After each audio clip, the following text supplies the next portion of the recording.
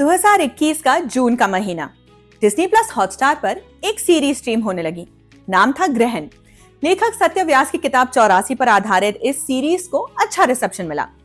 इसकी कहानी, डायरेक्शन, पवन मल्होत्रा, जोया हुसैन जैसे एक्टर्स की परफॉर्मेंस वगैरह की काफी तारीफ हुई। लेकिन सबसे ज्यादा तारीफें हासिल की इसकी लीड पेयर ने, अंशुमन पुष्कर और वामिका गब्बी। ऐसा नहीं था कि यह वामिका का शुरुआती काम था, वो कोई न्यू कमर नहीं थी। ग्रहण से पहले वो दर्जन भर से ज्यादा फिल्में कर चुकी थी, वो भी 5 अलग अलग भाषाओं में, हिंदी, पंजाबी, तेलुगु, तमिल और मलयालम। उनका स्क्रीन डेब्यू तो ग्रहण की रिलीज से 14 साल पहले हो चुका था। बावजूद इसके कई लोग ग्रहण को ही हिंदी में उनका अराइवल मानते हैं। अराइवल चाहे जो भी प्रोजेक्ट रहा हो, ये तो तय है कि आज वामिका गब्बी एक भरोसेमंद एक्ट्रेस के रूप में उभर कर सामने आई है। साथ ही उन्हें नेशनल क्रश भी कहा जा रहा है।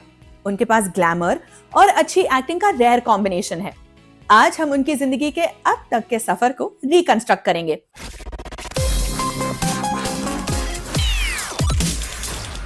इम्तियाज अली की एक हिट फिल्म में साइड रोल से लेकर नेशनल क्रश कहलाने तक का ये सफर इंटरेस्टिंग तो है। एक तो ये नेशनल क्रश वाला सिस्टम हमें समझ नहीं आता। पुष्पा पार्ट 1 के वक्त देश का नेशनल क्रश रश्मिका मंदान्ना को कहा जा रहा था। फिर एनिमल आई और ये खिताब तृप्ति डिमरी को ट्रांसफर हुआ और अब वामिका गब्बी को ये ताज पहनाया जा रहा है। वैसे ऐसी टैगिंग को नजरअंदाज भी कर दे तो भी इस बारे में दो राय नहीं है कि वामिका वो तमाम अटेंशन डिजर्व करती है जो उन्हें मिल रही है। सुंदर तो वो बेशक है, लेकिन उनका काम और भी ज्यादा सुंदर है। आज इसी काम को और उनकी जर्नी को डिटेल में जानेंगे।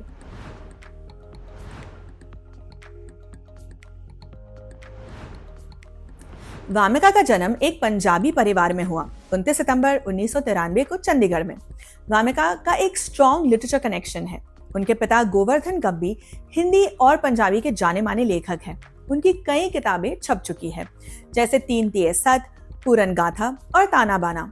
पंजाब के साहित्यिक गलियारों में गोवर्धन गब्बी एक पॉपुलर नाम है। वामिका की माँ एक होम मेकर है। उनके अलावा उनका एक भाई भी है जिसका नाम है हार्दिक पूरन गब्बी। वामिका ने अपनी स्कूल की पढ़ाई चंडीगढ़ के सेंट जेवियर स्कूल से की और चंडीगढ़ के ही डीएवी कॉलेज से आर्ट्स की डिग्री हासिल की। वामिका सिर्फ 13 साल की थी जब उन्हें अपनी पहली फिल्म हासिल हुई। उस वक्त वो 8th स्टैंडर्ड में पढ़ती थी जब उन्हें जब वी मेट जैसी बड़ी फिल्म में काम करने का मौका मिला।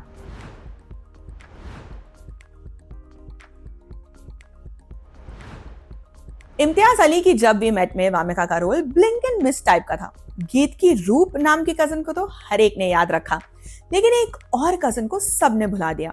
ये वही लड़की थी जो शाहिद कपूर के दोबारा भटिंडा जाने पर उन्हें छेड़ती रहती है और जिसके दांतों में ब्रेसेस लगे होते हैं। उस सीन में वामिका के हिस्से एक डायलॉग भी आया था, कंट्रोल रखो जीजा जी। बहरहाल जब भी मेट आई, हिट हुई, लोग आगे बढ़ गए। वामिका का करियर बहुत सुस्त रफ्तार से शेप लेता रहा। एक इंटरव्यू में उन्होंने माना था कि वो फिल्म इंडस्ट्री में अपने भविष्य को लेकर श्योर नहीं थी, क्योंकि वो करीना या शाहिद की तरह एक्टर्स की फैमिली से नहीं बिलोंग करती थी। जब वी मेट के बाद वो इम्तियाज की अगली फिल्म लव आजकल और शाहिद कपूर सोनम की मौसम में भी नजर आई थी, वही blink and miss type role में। फिर आया साल 2013 वामिका को उनके करियर का पहला फुल फ्लेज्ड रोल मिला। फिल्म का नाम था 16, जो एक coming of age drama film थी। इसमें वामिका ने तनीषा नाम की एक टीनेजर का रोल किया था। फिल्म तो फ्लॉप हो गई, लेकिन कई क्रिटिक्स ने वामिका के टैलेंट को पहचाना और उनकी तारीफ की। लेकिन तारीफ सफलता को रिप्लेस तो नहीं कर सकती। फिल्म न चलने से और कोई ढंग का प्रोजेक्ट न मिलने से वामिका बहुत निराश हो गई। वो फिल्म इंडस्ट्री छोड़ देना चाहती थी। बकौल वामिका जब वो मुंबई गई थी तब कॉन्फिडेंस से भरी हुई थी। उन्हें लगता था कि मुंबई में कामयाबी हासिल करना उनके लिए आसान काम है, लेकिन मुंबई जाकर ये बबल फूट गया। उन्हें एहसास हुआ कि दुनिया उनके इर्द गिर्द नहीं घूमती। उनका कॉन्फिडेंस बुरी तरह टूट गया। एक आखिरी ट्राई मारने के प्रयास से वो पंजाबी फिल्मों की तरफ मुड़ गई।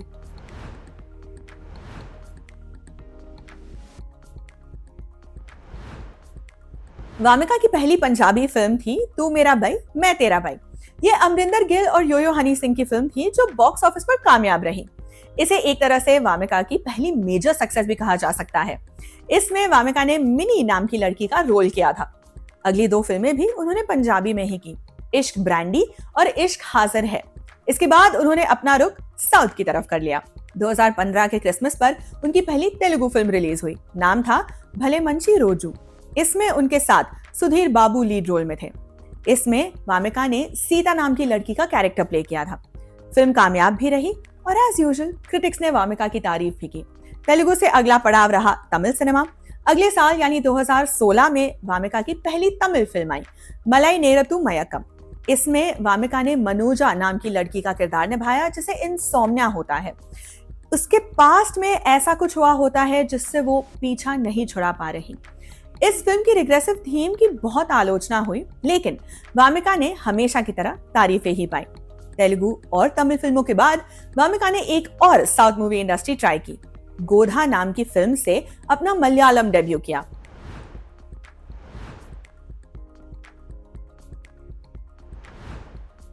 गोधा एक स्पोर्ट्स कॉमेडी फिल्म थी जिसमें वामिका के साथ टोविनो थॉमस लीड रोल में थे। वामिका ने इसमें पंजाबी रेसलर अदिति सिंह का रोल किया था। ये किरदार उनके लिए यादगार बन गया। इसकी तैयारी के लिए उन्होंने अमृतसर जाकर बकायदा रेसलिंग की ट्रेनिंग ली थी। इसके क्लाइमैक्स सीन में उनके पूरे जिस्म पर चोटें लगी थी, लेकिन इन तकलीफों का उन्हें इनाम भी मिला। तमाम क्रिटिक्स ने उनके काम को फुल मार्क्स दिए। एक क्रिटिक ने तो यहां तक कहा कि उन्होंने फिल्म के हीरो टोविनो थॉमस को ओवरशैडो कर दिया है। एक बार वामिका मुंबई के कोलाबा एरिया में किसी काम से गई थी। वहां सड़क पर उन्हें कुछ मलयाली लड़के मिले जो उन्हें अदिति सिंह कहकर पुकार रहे थे। इतना पसंद किया गया था उनका किरदार। फिल्म बॉक्स ऑफिस पर भी कामयाब रही और वामिका के लिए और दरवाजे खुलने लगे। आगे के कुछ साल उन्होंने पंजाबी में खूब सारी फिल्में की, जैसे कि निक्का ज़ैलदार 2, निक्का ज़ैलदार 3, दिल दिया गल्ला, राहुना और दूरबीन। पृथ्वीराज सुकुमारन के साथ एक साइंस फिक्शन हॉरर फिल्म भी की जिसका नाम था 9। फिर आया 2021।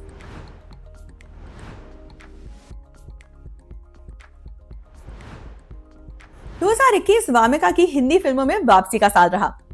इस एपिसोड की शुरुआत में जिस ग्रहण वेब सीरीज का हमने जिक्र किया वो इसी साल जून में आई। एंटी सिख दंगों के बैकड्रॉप पर बनी इस सीरीज में उनके कैरेक्टर के हिस्से सबसे ज्यादा तारीफें आई। वामिका ने इसमें मन्नू नाम की एक सिख लड़की का रोल किया था जो एक हिंदू लड़के के प्यार में पड़ जाती है। मन्नू के इस किरदार ने उन्हें हिंदी बेल्ट में भरपूर पॉपुलैरिटी दिलाई। इसी साल उनकी एक और बड़ी फिल्म 83 भी रिलीज हुई।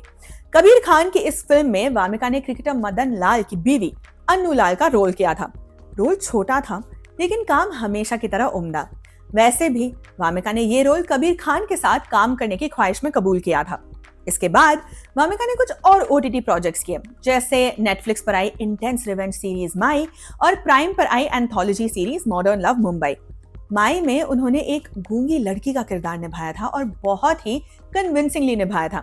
साइन लैंग्वेज को इनैक्ट करने की उनकी काबिलियत से लोग काफी इंप्रेस हुए। मॉडर्न लव मुंबई में उन्होंने पहली बार विशाल भारद्वाज के साथ काम किया। आगे ये साथ रिपीट भी हुआ। विशाल ने उनके साथ 3 और प्रोजेक्ट्स किए, एक फुर्सत नाम की शॉर्ट फिल्म की, एक खुफिया नाम की फीचर फिल्म की और एक एगाथा क्रिस्टी के मशहूर नॉवेल पर बेस्ड वेब सीरीज की जिसका नाम था Charlie Chopra and the mystery of Solang valley. खुफिया में तब्बू जैसी दिग्गज एक्ट्रेस होने के बावजूद वामिका ने अपनी मौजूदगी मजबूती से दर्ज कराई।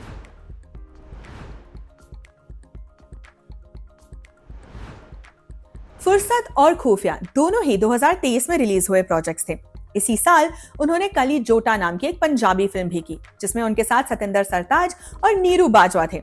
ये फिल्म भी हिट रही, लेकिन 2023 में उनका सबसे शानदार काम कुछ और था।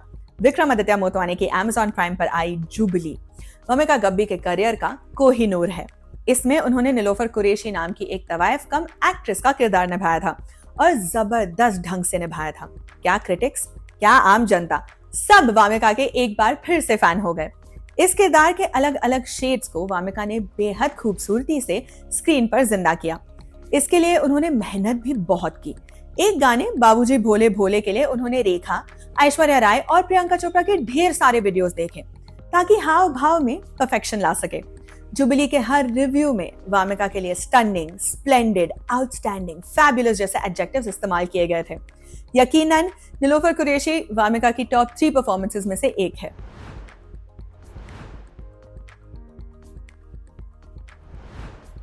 वामिका का लेटेस्ट काम है वरुण धवन की बेबी जॉन। इसमें उन्होंने एक स्कूल टीचर तारा का रोल किया है। वामिका अपने किरदारों को लेकर बेहद चूजी है। वो सेलेक्टिव काम ही करना चाहती है, ये नहीं कि जो भी आया कर ले। उनका कहना है कि वो काम के लिए डेस्परेट कभी नहीं रही। इसका श्रेय वो अपने पेरेंट्स को देती है। उनका कहना है कि उन्हें ये हमेशा से पता था कि अगर उन्हें कभी भी पैसों की जरूरत पड़ी तो उनके पिता मौजूद हैं। उन्होंने वामिका को ये भरोसा दिलाया है कि उन्हें सर्वाइवल के लिए हड़बड़ी में पैसा कमाने की जरूरत नहीं है।